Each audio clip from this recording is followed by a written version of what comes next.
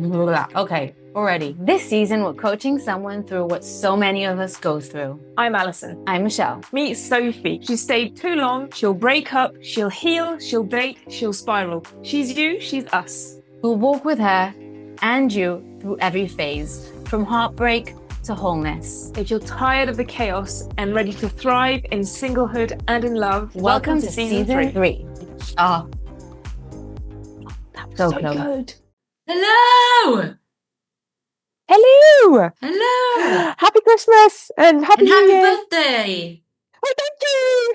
Yay! Happy birthday to Alison! She's turning 24 today. Oh, yay! But yes, also happy Christmas and happy holidays and happy December. Almost 2026. Almost 2026. Yeah. Crazy. I mean, I have to say 2025 was the best year of my life. This year introduced my little boy. Ah, yay. Cute little teddy. He's so cute. He's such a teddy bear. He is such a teddy bear. And the latest update is that he stands up and I won't do it because it's going to hurt the microphone, but he goes, ah, ah, like really loudly. And to get out of time, he goes, ah. Such a cutie. The things kids do. Oh, I know. But I'm such a sucker for it. yeah. So whipped. And well, he's gonna walk all over me. Yeah. I mean, what can you do? what can you do? So holiday season for Sophie, and we haven't pre-recorded a lot, so this is going to be kind of coming out as we record. Exactly, yeah. And so this is an interesting topic because it's kind of like the holiday season and being okay with being alone. Especially in the holiday season. Yeah, in general, it's a hard. tough So one. this It's a time of tough year. one.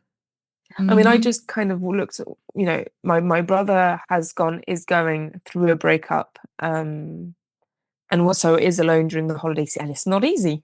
It's not easy, especially with kind of people around you kind of either getting married or, with children and kind of have moved on from the whole single period.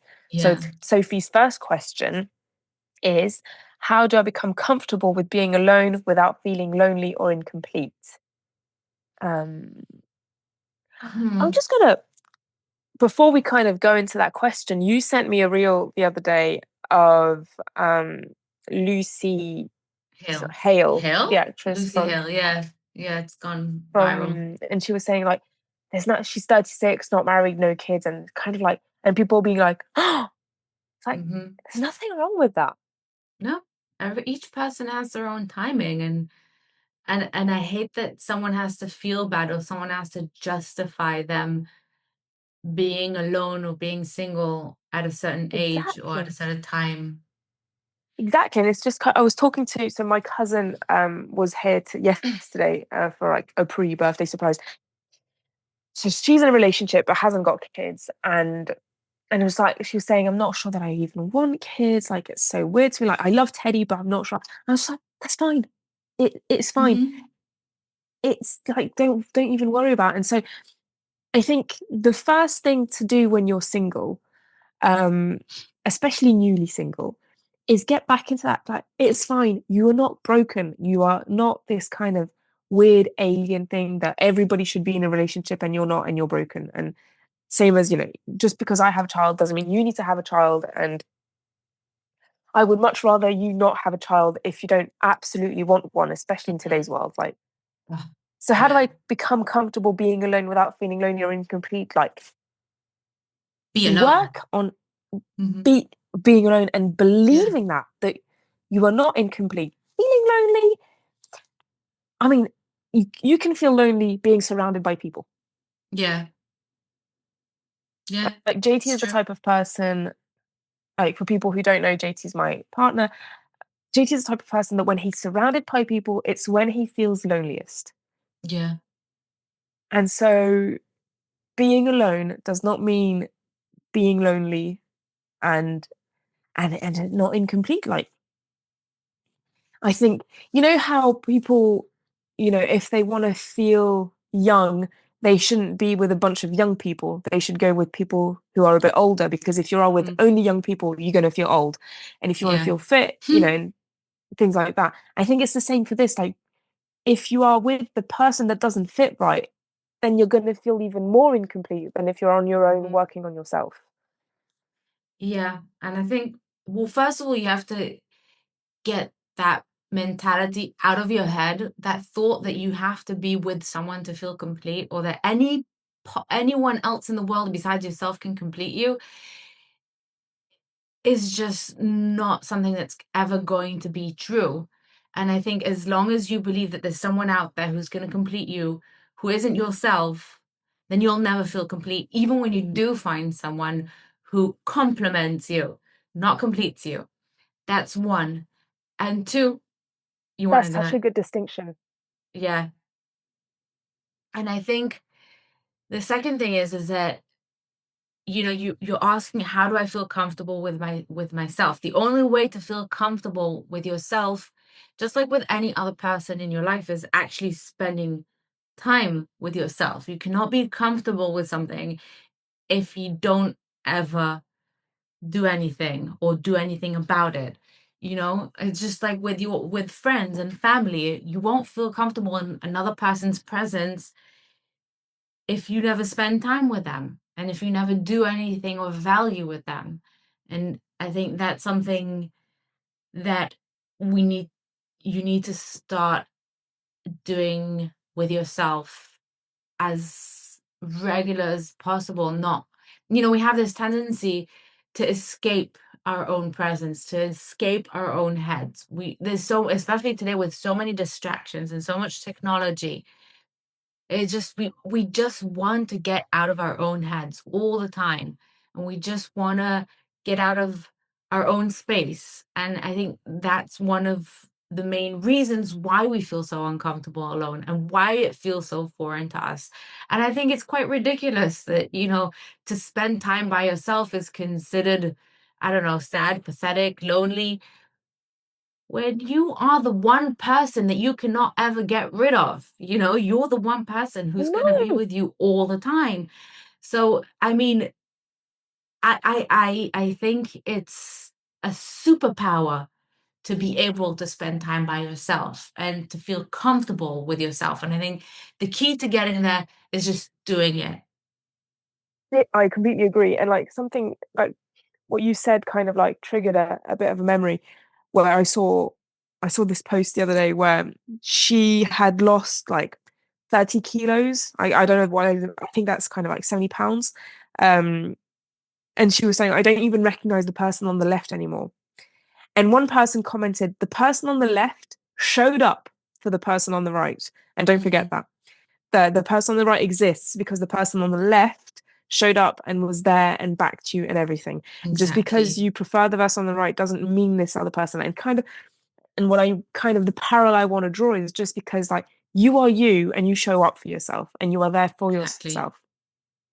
And the other day I was looking at myself in the mirror, and I've gained weight since giving birth. I've gained a bit of weight because I'm going through this kind of postpartum thing and it's a bit rough, and I'm not going to make a whole thing. And JT says this body has um created life, birthed life, been caring for life, and has been keeping you alive. And sure, there are extra kilos, and sure, there's your blah blah. It's like, but that's the only thing that that's quote unquote wrong. You know, you are otherwise completely healthy, and you can do everything that you want, and you can go back to yoga and everything. It's just like, and you are not your body. You are you, and your body is helping you that, and you should be grateful for it. And I was like, that's amazing. And I think that all of this kind of fits into that of just you are the person keeping yourself alive and being this best version, and you are you know you are the one pushing through this whole kind of breakup period. And Mm. I think look at yourself in the mirror and be like, thank you, because you're there, you're backing me, you're making sure that I'm okay, you're healthy and everything. And I just more than kind of finding these tricks of how can I be okay, blah, blah. Just like look at yourself in the mirror and say it over and over and over until it sounds true. Exactly. You are the one that creates the narrative, and I think it's exactly what you're saying is, it's how you look at things that that makes a difference. You Yeah. can look at the situation and say, oh, poor me, I'm all alone and I'm sad and I'm pathetic and no one's gonna ever like me and I'm gonna be alone forever and I can never be happy this way. Or you can look at it and say, this is an opportunity for me. This is a time where Yeah. I can rediscover myself. I can get to know myself better. I can create a strong bond that won't be ever broken by another relationship. It will only strengthen the relationship. And I think it's all a matter of how you look at it. Yeah, there's certain situations where it's harder. Yeah, not everything can be spun into positive. Not everything should be spun into something positive. But I think just in general, the more you let yourself sink into negative mindsets, I think the harder it will be to actually do something and get out of it and just be happy. Yeah. And I think, going back to Sophie's question about, how to become comfortable with being alone is again doing things that help you create that positive mindset, which means doing things that you love, doing things that make you happy, doing things that make you feel good. Because if you only ever escape your own company, and if you only ever do with yourself things that make you feel lazy or procrastinate or feel, Disconnected. yeah, that's all you're ever going to feel. If all you ever do is binge watch a Netflix with yourself, or all you ever do is just binge eat, or all you ever do is sit around and do nothing, or all you ever do is feeling sad and sorry for yourself, then of course you're going to want to avoid your own time. And of course you're not going to enjoy it. And of course you're going to hate it. And of course that means that you're not going to like yourself very much. So, think about all the people in your life that you love spending time with. What do you do with those people, and how can you implement it in the relationship with yourself? Yeah. And what I would say about the binge and the bit like the word binge, I think we need to, if it's binging, it's not okay. But if it's kind of, look at, just change the perspective on what you're doing. Like, what are you doing? Are you watching a bunch of Netflix because you are running away from yourself, or because actually you're exhausted and you need some downtime? Yeah, that's the distinction. Are you doing it all the time, or are you doing it every so often? Yeah, exactly. And kind of giving yourself a bit of grace and just, Mhm. and what you were saying, like, what do you do with friends and things like that? It's like, look at the people that you admire, not the celebrities, but like the people around you. What do you admire about them? And then what do Mhm. you think that they do in their spare time? Not, don't ask them what they do. What do you think they do? Yeah. Because it's just kind of like, it's a way of kind of introspection, of just kind of like observing the outside of like, what do you think like do, rather than, because you don't want to be them, but if you admire something about them, you want to kind of recreate that for you. Do you see what Mhm. I mean? Yeah. Um, so yeah, kind of choose a couple of people, spend time with them, suss out what they do in their spare time and what they do to feel good about themselves, and then see how that feels for you. Yeah, and I think this ties into Sophie's next question, which was, what kind of solo activities help me heal and feel more like myself again? And I think it's hard to know right off the bat, which is why it is so good to, gauge from other relationships and other people and see what they're doing, and then do some trial and error with yourself. Yeah. And especially after an all-consuming, often toxic relationship, I think it's very hard to know what you want and what you enjoy and what you will love doing with yourself. So this is time to start, going out there and exploring and trying. And I think just this process of trying to find something that you love to do with yourself and that will help you enjoy your own company is very healing. The whole, Mm, just like with any other relationship where you get to know each other and you're mending this relationship with yourself through doing things and discovering this I like, this I don't like so much, this I really don't like, or this is something that I need to try more, and just dipping your toes in different little, ponds and trying to find the things that actually stick and the things that make you happy. I I completely agree, and I'll add on to that of I would like solo activities is I don't think it's the objective to be on your own because I fundamentally think that we are animals that are made to be in community and we need to be around other people like the true hermits, the true people like really kind of people who need to be on their own like they exist, but I think they are so completely rare. I think, Mhm. people need connection and I think I think there's a slight mind shift that needs to happen here as well. It's like what kinds of solo activities? It's not solo activities. It's what type of new activities with new people. Yeah. Because I'm going to compare Sophie to my brother, where he's just they broke up in September, so kind of really at the same time as Sophie and her guy. Yeah. And my brother is surrounded by people in relationships, and Hmm. it has to be sucky. It just has to be horrible. And so now Yeah. his objective is to meet people who are not in relationships, who are not confronting him to his singlehood and the Yeah. pain of it. And so it's not solo activities, it's new activities. How can I meet new people? And my brother had this idea of going to a dance class. I think that's an amazing idea, Yeah. especially for a single guy, Yeah. because I feel that single guys are a rare kind of a rare I don't know what species in dance classes where I think that was a Yeah. great idea. And I think because and I'm not saying you should, as a single woman, you should find something where women are rare in a community. That's not what I'm saying.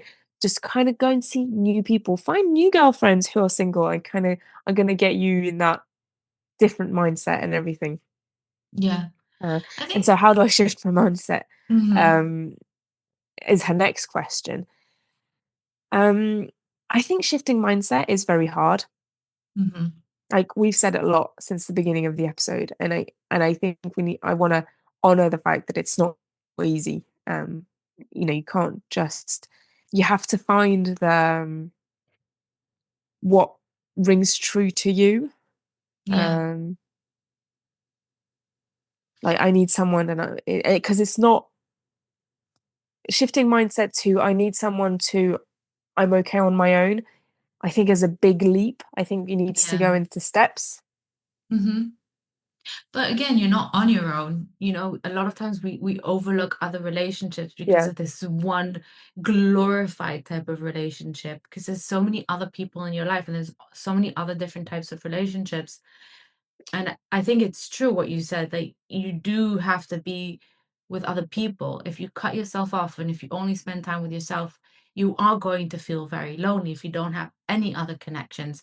I do think it is important to, you know, do things with yourself, not only to meet other people, but also to actually enjoy being with yourself and loving the person that you are. Because, if you want other people to enjoy your company and you want other people to enjoy being with you, then you also have to enjoy being with yourself. That's sort Yeah. of the selling point of you. And I think it just, again, it's like you said, it's a process, and it's not going from being, okay to being on your own to, like, if okay, from needing someone to straight away being okay on your own. It's just a matter of adjusting slowly and not looking Yeah. at the end point, because that's just going to make you feel overwhelmed and it's going to make you feel like it's so far away from you. It's a matter of looking at where you are right now and what's the next step that you can actually take. Mm. And I think that's looking at yourself and what you can do to feel comfortable on your own and feel comfortable with your single life. And B is, what other relationships and connections do you have in your life? Yeah. Because it's right under your nose and you can't see it because you're so overly focused about just one type of relationship. I agree, and I think it's, what you're saying about you're not on your own is again, so, and I think so Sophie is not on her own. Like, we know she's got Mhm. a support system and everything. But if Yeah. anybody listening is actually saying, but I am on my own. I don't have friends, I don't have siblings. My parents aren't close. And like, if you are genuine, I think then it is too much pressure to get into a relationship. Mhm. This kind of big glorified thing. Um, if you're kind of starting off from there and you're genuinely alone, just kind of sit back and think like, do I have any distant connections that I can rekindle? Yeah. Um, how do I take the pressure off? How, and if not, then back to the previous questions of like, okay, what new activities can you join? Mm. Me, for example, I love yoga and I go to yoga, but there's I I love badminton. We're a badminton family. And in France, badminton tournaments and everything like that, it's really kind of, I feel, social events because it's an individual sport, but the way it's organized, you spend time with a bunch of people and you see a lot of people and you meet a lot of people. I think that type of sport is great. And I know badminton, so I can talk to that sport, but I think any activity which kind of forces you into socializing and kind of like you have to play against somebody else and with other people and mix and everything, I think is a great, great starting point. And, Mhm. in whatever age, I think anything before 30 doesn't really count because you've still kind of got the new job and the new thing and everything. And so it kind of happens naturally. But after that, it feels like you're on your own, but there are so many people in the same situation of just like, Mm. new people arriving in a new area. Like, I promise, unless you are living in this really remote place where you have no neighbors and the closest town is a 35-minute drive and there's nothing in between, no shops, nothing. Like, there are other people in the same situation. Like, I promise. Um, and and you will recognize them and they will recognize you. It's just like going abroad. Like, French people, we recognize each other. We're not Yeah. happy to see each other, but we recognize each other. Same with Mhm. British people. Yeah. um and I think with people who are kind of looking to connect, you will recognize each other. um Yeah. you just need to go to places. Like, you won't recognize each other from inside your homes. Yeah, and I think it's really necessary before, especially if you are alone and you don't have other people to lean on and other connections. I think it's even more crucial before you jump into a relationship to find that network of people and to build your support system, because it's too much pressure to put on just one person and just one relationship. And no relationship can survive that kind of pressure and stress. And I think there's there's a lot of opportunities out there, and you just have to go out and get it. And Yeah, and I know it's easier said than done, but but it's also much simpler than you build it up in your head to be. yeah, And I think a lot of times we get stuck in our own heads and we were like, no, but for me, it's not that easy, or I can't be bothered, or we just get stuck in feeling sorry for ourselves because it's easier than getting out of your comfort zone and going to meet new people. But, if you want change and if you want to feel better and if you want to be able to feel comfortable with yourself and create a strong support system, then there's no other choice but to get out of your yeah, comfort zone and discover things. And it may seem like there's nothing out there, but how do you know if you haven't even checked? And I think a lot of times we don't realize it is because we haven't done the proper research, because we haven't done the proper homework to discover what communities are there around me, what workshops or what teams or what any I mean, there's so many things right now that the yeah. that is just, if you aren't going out and getting it, then you can only blame yourself because you're not doing anything about it.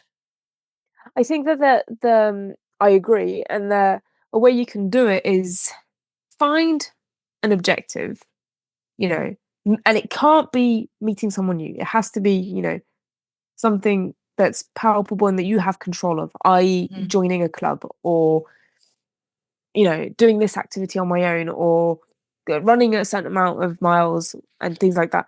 Because even running, like you will if you go running every day at the same time, you will see other runners. And so then break that up into 30 steps. How do I get to this objective in 30 steps?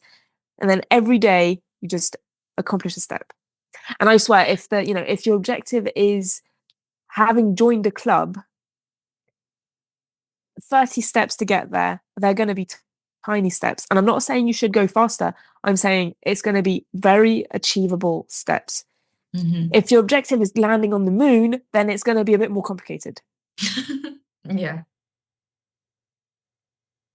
Yeah, and I think when you do that, you discover how much easier and simpler it is than you really thought it was.